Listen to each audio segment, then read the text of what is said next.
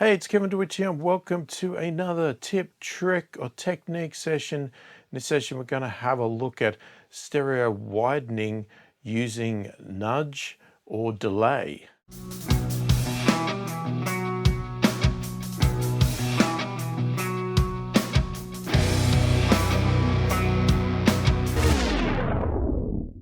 So firstly, if you're new to my videos and new to my channel and you like what you see, please click the thumbs up, subscribe to the channel, click the notification bell to be notified of all my future videos.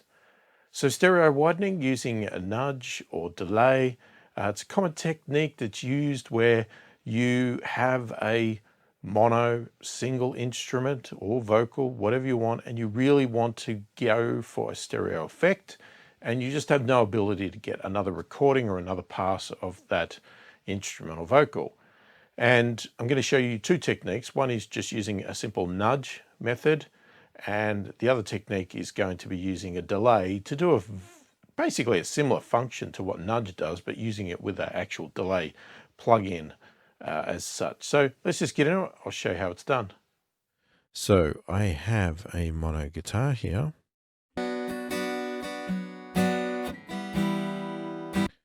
And if this is all I had in my mix, I really wanted to make a stereo track out of this to get some left and right balance out of this and not have this acoustic sitting down the middle in the way of the vocals. So naturally you would think, let's duplicate the track. So after we've duplicated the track, we would then go and pan one to the left and pan one to the right.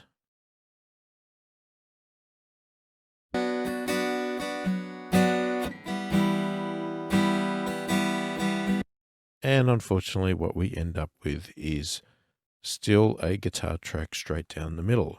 And that's because these are identical. When you have two guitar tracks that are identical, like absolutely identical, even though you pan them left and right, they join together and still present down the center. So we haven't achieved anything. We've got nothing stereo out of this. So what we need to do is we need to make these just enough different that they will present stereo. Now, we can do that with delay and nudge, as I said. Now, what we have to be careful with this is we can end up with some mono compatibility issues. So if you're listening to the song on a mono iPhone, or it's coming out of a speaker in a shopping center, or from a distance away, and even though they're stereo speakers, when you get far enough away from them, signal becomes mono to you from a distance. We can have these tracks start to disappear if you get this mono compatibility issue. So it's not the best way to get stereo guitars. Always the best way to do it is to record two individual tracks of the same guitar part, so two takes, and that way they will be different enough, because humans cannot play exactly the same both times. You will get a good stereo sounding guitar from that. But sometimes we're presented with only one guitar track and we just really want to do it. So here is a way to get it done. So I'm going to zoom in really closely here.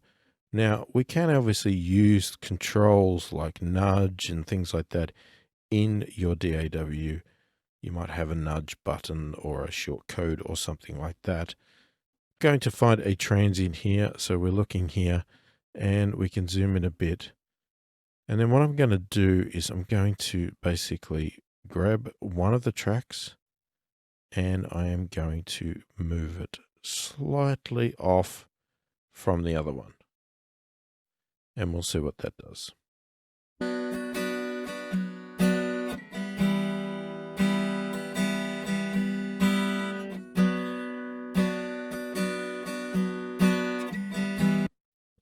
So now if I undo that, so I'll play the track again, I'll undo it, and then I'll redo it again so that you can hear how it moves.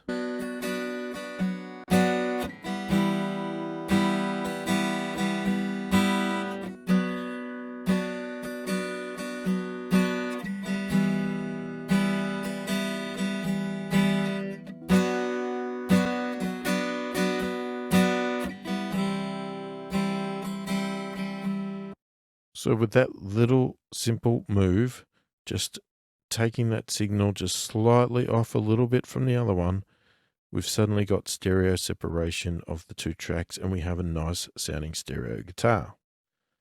So that worked fine. And hopefully if we were to put our song into mono, we wouldn't have any issues at all. And to actually test that, we would have to go to our output control here and we could switch our output to mono to listen to it.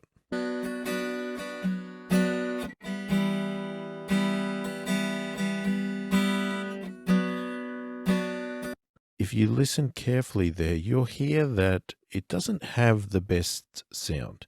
It sounds a little bit sort of phasey to me.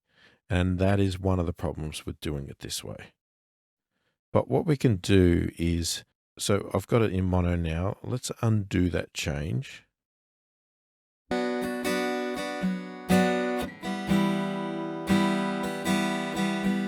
So listen how clear it sounds when the tracks are the way they were originally, as basically mono down the center. And then when we did our little nudge, hear how the difference sounds.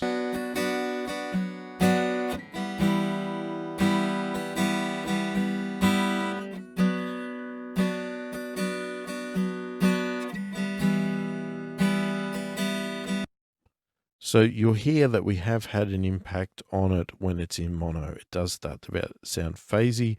It doesn't sound as nice as it did when it was in true mono. And then that's the bit of the compromise here.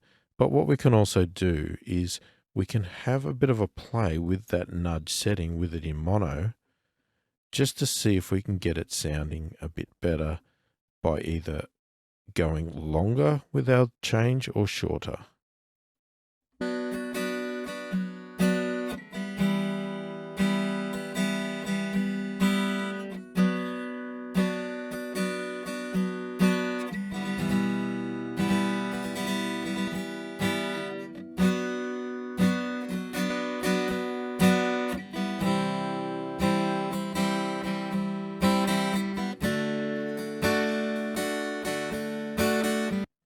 So it suddenly came really good there, but what I suspect happened was that I actually got it back in line perfectly to where it was before. And I can tell that when I switch to stereo.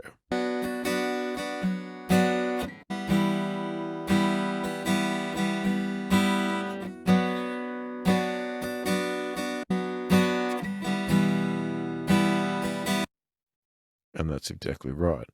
So let's do this again.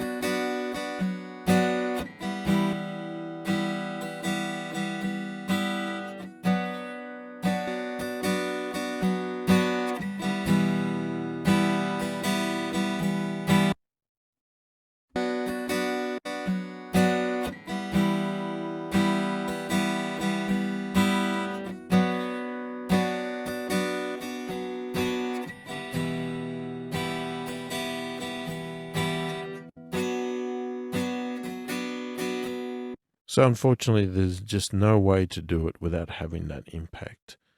Now, considering that most of the time people are more worried about how it sounds in stereo, it's obviously something that we can do, and it's not going to be too bad, especially when you build up a lot of instrumentation and have a lot of mix.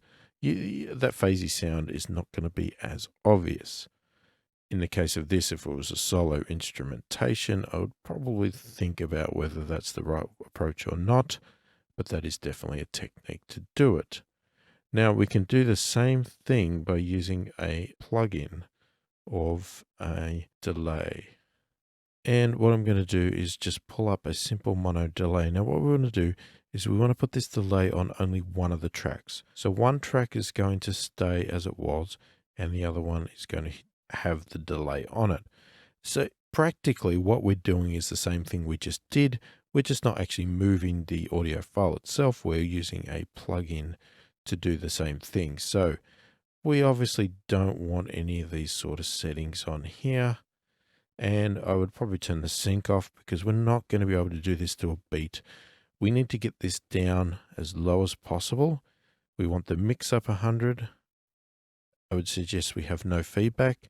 We have no filtering, so we don't want to adjust the sound of the instrument. We want to basically just find a spot here where the delay works enough that it's achieving what we basically did with the nudge. So I'm going to play this, and then I'm just going to adjust this delay setting to see if we can get that stereo effect. First, I'll start with bypassed.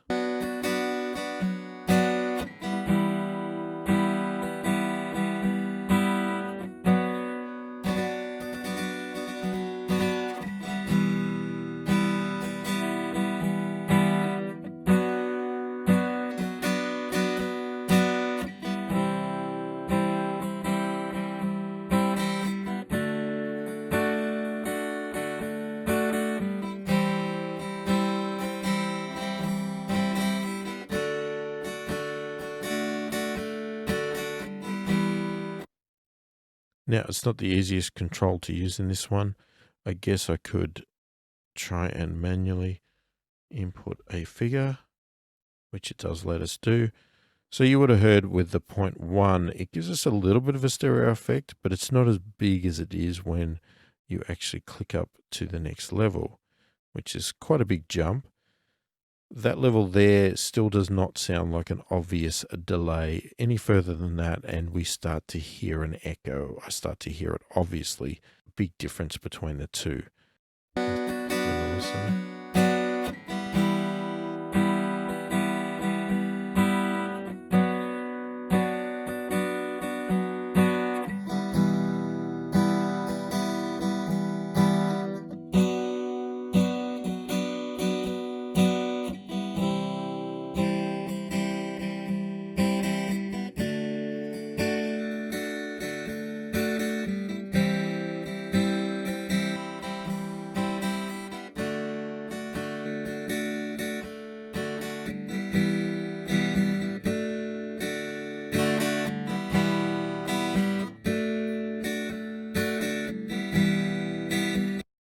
So we're getting our stereo effect there, and with that on, if we go back to our mono setting, let's have a listen to what impact that has.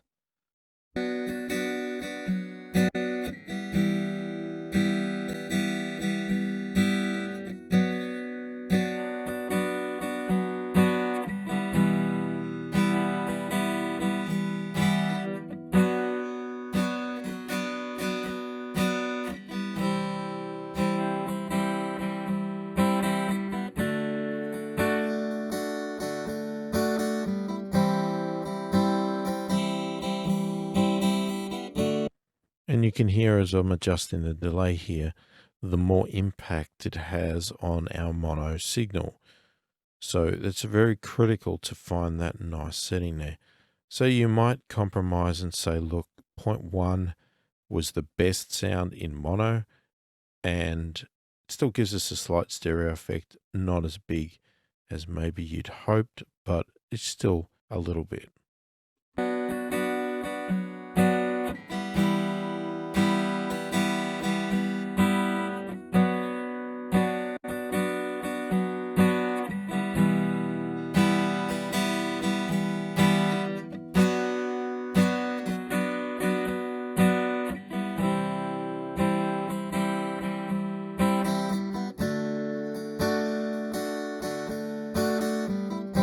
Or maybe you want to settle for 0.2, which gives us that as well.